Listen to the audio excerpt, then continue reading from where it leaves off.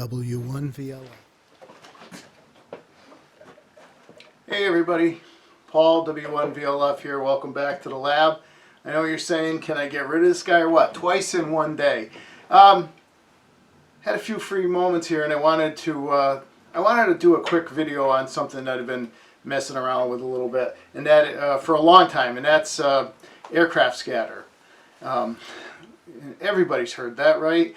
You're listening to either a radio station or your ham friend on 2 meters, and the signal starts pulsating up and down, and then faster and faster, and his signal will come way up out of the noise, and then all of a sudden slowly fade back away again. And a lot of that, or at least some of that, can be due to aircraft scatter. And that's when the station and you are directly in line, and in an airplane, a large aircraft passes within it. So we're gonna just head on over to the ham shack there, hook up the AirSpy, and these signals are typically above the FM broadcast band between I think 110 and like 118 megahertz. So I'll do a little explanation over there, but take a look. This is interesting. I mean, I find it interesting. You guys might think this is like watching paint dry, but this is kind of in the series of neat, weird stuff that you can do with your AirSpy Discovery. Okay, back to the ham shack. Okay, so we're back over at the ham station computer now, and we have the HF Discovery tuned to right up here, 116.6 megahertz. So we're just above the FM broadcast band. And what we're looking at here in the center of the screen at 116.6 is a small airport in Carmel, New York, and that has a VOR. And I'll pop open, let's see here, we'll go back real quick. So VOR is a navigation aid for pilots. Typically they're just above the FM broadcast band. And the nice thing about these is, and we'll pop back down here, we'll pop here, is that they're a constant carrier. So any sort of propagation that takes place, they're the same constant level transmitting. So anything that happens between you and that airfield, you'll be able to see that on the screen. And you'll see some of these things. If you look right over here to the right, you can see an aircraft that's passing between me and the airport. So I'm going to switch back for a second to show you where that airport is. By the way, you can go to airnav.com and you can find airports within 50 or 100 miles. Here is this airport. Distance between myself and this airport's about 46 miles. It is not line of sight. There are some hills in the way, and I am using a 160 meter dipole right now for an antenna. So you don't need anything really fancy to do this. So what are we seeing here? We're seeing the carrier itself, and we're seeing the two sidebands. The lower sideband that's 30 hertz away, the upper sideband that is 30 hertz away in the upper direction. And all this information that you're seeing here is, I'll put the mouse over here for a second. What you're seeing here is a reflection off an aircraft, and you can see it drifting lower in frequency. It's high here and low on the other side, and the aircraft is coming in between myself and the beacon or the VOR. Everybody's heard this, where you're listening to an FM station or something, and the signal starts going whoop whoop whoop whoop whoop whoop faster and faster, and then you get this very enhanced signal for about a couple of seconds, and then it drops off again. Several flights are going by right now too. Let's go back to sometimes the old guy just loses it here. So these flights are here's Long Island down here. I don't know where these flights are, but if a flight is going diagonally across or coming into the path, as it's approaching me, it gets higher in frequency, or starts off higher in frequency and then drifts lower.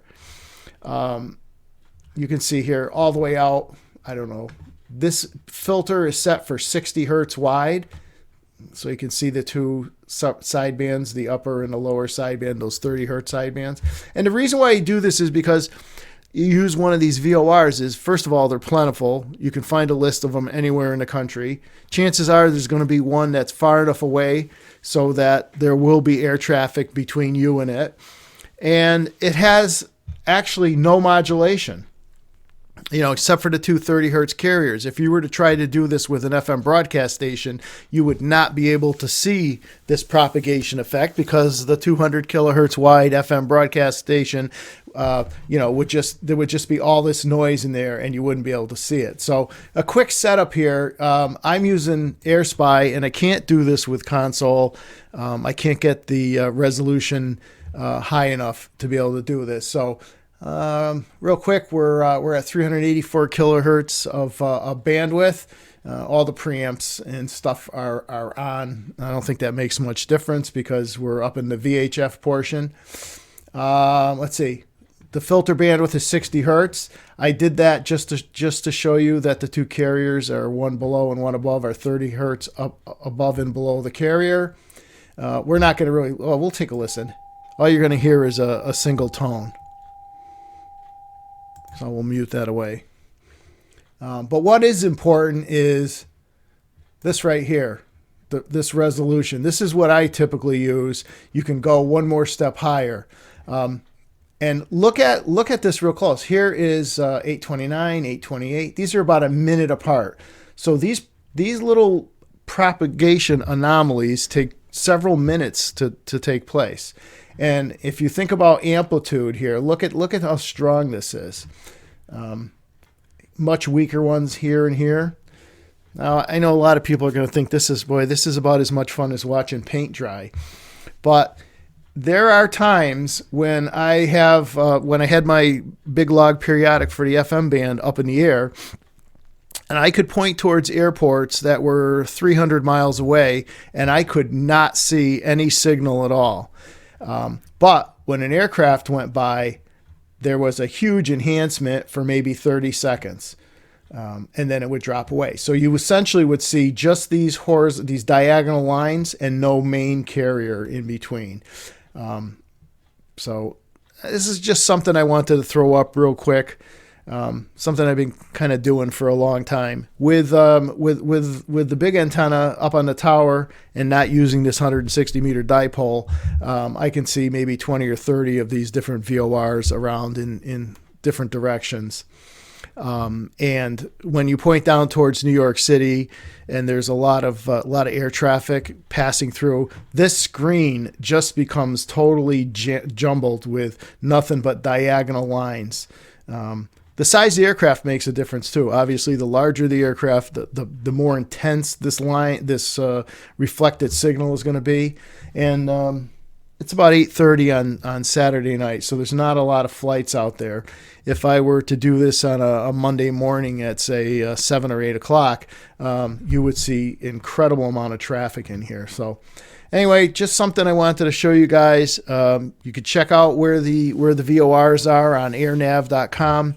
Pick one that's 50, 100 miles away. Monitor it, and you'll be able to see these little propagation anomalies. Any questions, leave me a note in the comments, and just shoot this up on YouTube here real quick. 73 guys, W1VLF, signing off. Hey guys, there was a little bit more activity after I came back from the ham computer, so what I thought I'd do is just take a few quick snapshots. There's 3 of them here, and each one's about 10 seconds long. You can take a look and see the activity, the aircraft activity that was happening while I was shooting. This particular one has a very, very strong signal in it. So anyway, just wanted to show you a couple more of these. Try this out and see what happens if you've got some really boring day that you don't have anything better to do with your life. Anyway, please subscribe or don't. If you don't want to see stuff like this, don't subscribe. But if you would, that would be really great. And give a thumbs up because then they recommend it. Thanks a lot. This is W1VLF signing out, 73s.